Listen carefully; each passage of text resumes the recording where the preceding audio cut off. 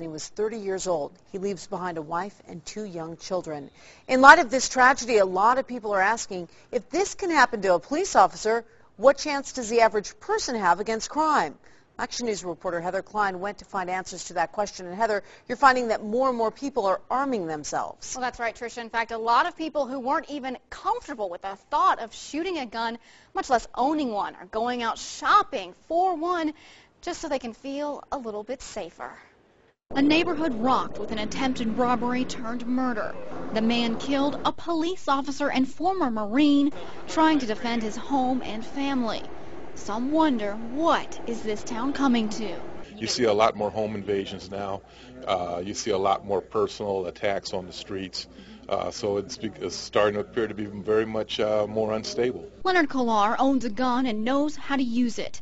While he enjoys target practice as much as the next guy, for him, it's also protection. Do you feel safer because you have a gun? Yes, I do. I definitely feel safer. In Trevor Nettleton's neighborhood, now there's an almost desperate need to feel safe. According to North Las Vegas police, in just the last 3 months, 22 homes burglarized within a mile radius of Nettleton's memorial. Now that they're seeing everything on the news and what they're reading in the papers, they're deciding that maybe it's that time. They've never considered in their life, maybe now is that time to pick something up. But even those selling guns warn you need to take precaution before action. Sometimes locking a door and calling police is the best move. The citizen can still be aware of what's going on around them. Because you never really know how you'll react when faced with that life and death situation. Non-lethal force weapon sales are also up. The tasers, pepper sprays, batons. Gun dealers recommend those as good options if owning a gun simply doesn't work for you.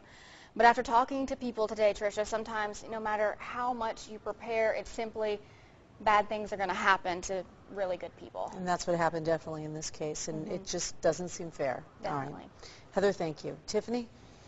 Well, many of you have expressed condolences on our blog at ktmv.com. One viewer writes, quote, "It makes me sick to think that we live here in a world where people can't even be safe in their own homes. I'm so angry that such an honorable man had to be taken away from his kids, wife, and family," end quote.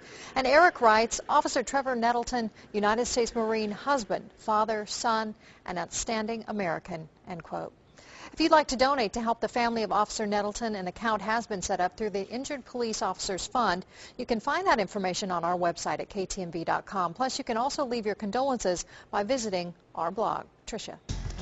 Well, local unemployment rates are finally dropping.